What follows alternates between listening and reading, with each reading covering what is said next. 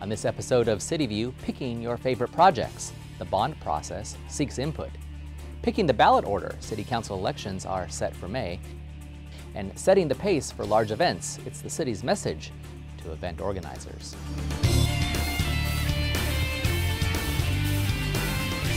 Thanks for joining us. I'm Renee Tejas.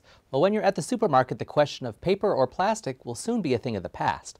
Austin City Council recently passed an ordinance that bans the use of single-use bags within the city limits. It's been estimated that Austinites use 263 million plastic bags every year. That's 263 million. And we spoke to Resource Recovery Director Bob Geddert to learn more about the ordinance and when it'll go into effect.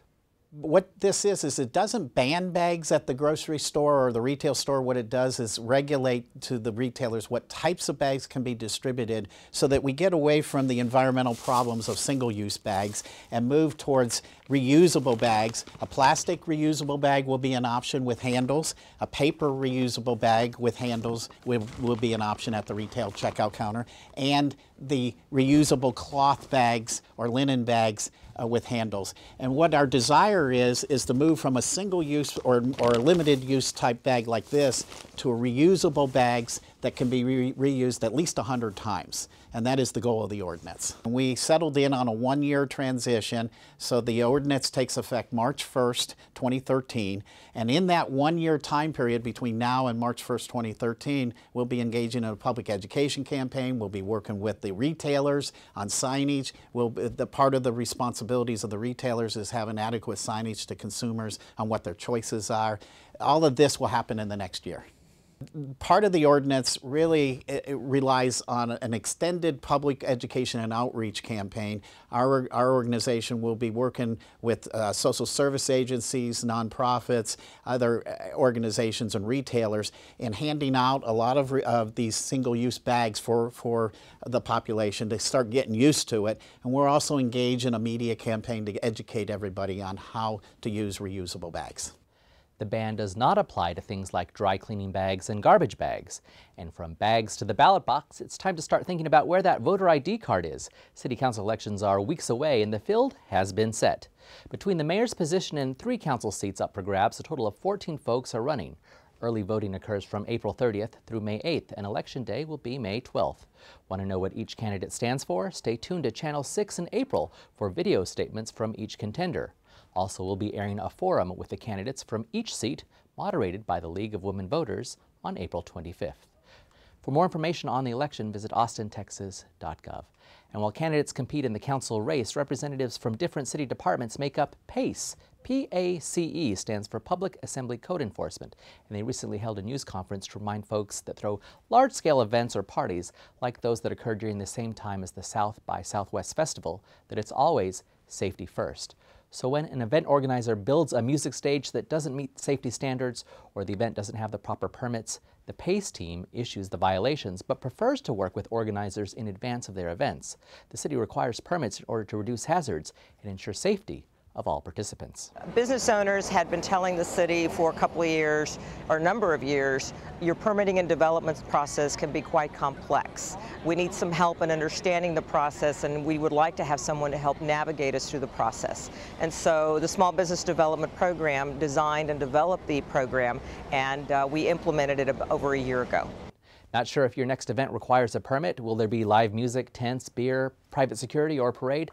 Find out particular requirements for your gathering using our easy checklist. Visit austintexas.gov/PACE. Together we can continue Austin's tradition of fun, quirky, and safe events. And now it's time for our council update. You've probably gotten used to having 7 Austin City Council members representing you, the entire Austin community. That might soon change if the Charter Revision Committee gets its way. The committee met for several months and recommended that the City Council change to a system where 10 council members would represent districts and the mayor would represent all Austinites. The committee also wants to have voters decide whether to move city elections from May to November, create an independent redistricting commission, and make changes related to campaign finance laws. Council will eventually decide whether to include any of the committee's proposed charter changes on an upcoming ballot for voters. The Charter Revision Committee's final report is available on the city's website. Council scheduled an April 5th public hearing to discuss temporary use of parkland along South Lakeshore Boulevard as a youth hostel. All costs associated with construction and any parkland restoration would come from Hosteling International. City of Austin staff feels that the parkland has no feasible or prudent alternative. The hearing is scheduled for Thursday, April 5th at 4 p.m. at Council Chambers in City Hall. Council authorized a temporary designated smoking area on Auditorium Shores during South by Southwest from March 15th through 17th. The temporary area is exempt from the smoking restrictions Council previously approved for parks. And Council approved reclassifying an Austin Police Department commander position to an assistant chief position. That change will divide the city into 4 regions with an assistant chief over each, giving the public a single point of contact for neighborhood issues.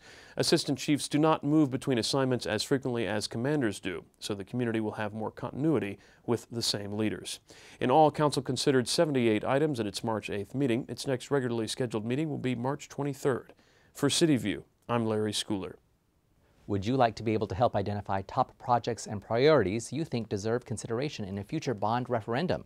The City of Austin's bond development process moves into a new phase starting the week of March 19th, and community input is key. You'll have a chance to tell us your ideas for allocating potential bond funding. Ideas can range from affordable housing to Austin facilities, parks, open space, transportation, and mobility.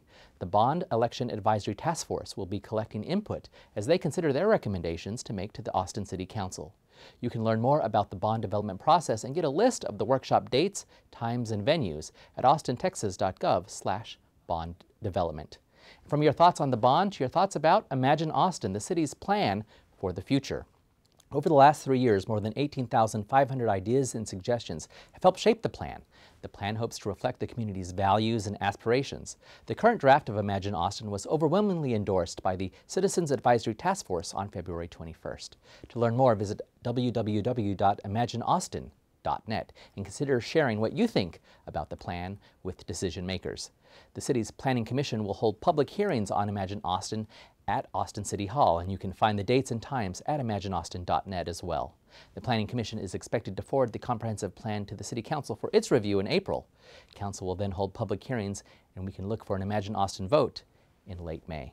That's all for this edition of CityView. I'm your host, Renee Tejas. Our next episode premieres Friday, March 23rd. Thanks for watching.